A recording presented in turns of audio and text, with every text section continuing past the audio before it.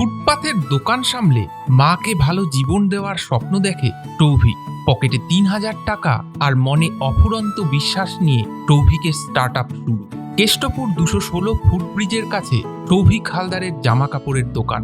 রাস্তার ধারে, মাথার ওপর ছাদও নেই, বটগাছের তলায় ছোট্ট একটা দোকান। তবুও ২৪ বছরের এই ছেলেটা স্বপ্ন দেখে মাকে একদিন ঠিক আরামে রাখবে সে। টৌভিকের মা আয়ার কাজ করে, কিন্তু কোন ছেলের মন চায় অসুস্থ শরীরে মাকে কাজে পাঠাতে? তাই জান লাগিয়ে খেটে চলেছে সে। ভালোবেসেই করি কাজটা। আমি সকাল ৯টায় আসি, বাড়ি যাই রাত 10:30 11টা। সারাদিন এখানেই খাওয়া দাওয়া, এখানেই আমার সব, সারাদিনটা এখানেই কেটে যায়। সৌভিকের দেশের বাড়ি ডায়মন্ড হারবার। ছোটবেলায় কখনো আত্মীয়ের বাড়ি, কখনো হোস্টেলে থেকে উচ্চ মাধ্যমিক পাশ করেছে। কলেজেও ভর্তি হয়েছিল, কিন্তু কোভিডের পর আর বাংলা অনার্সটা শেষ হয়নি।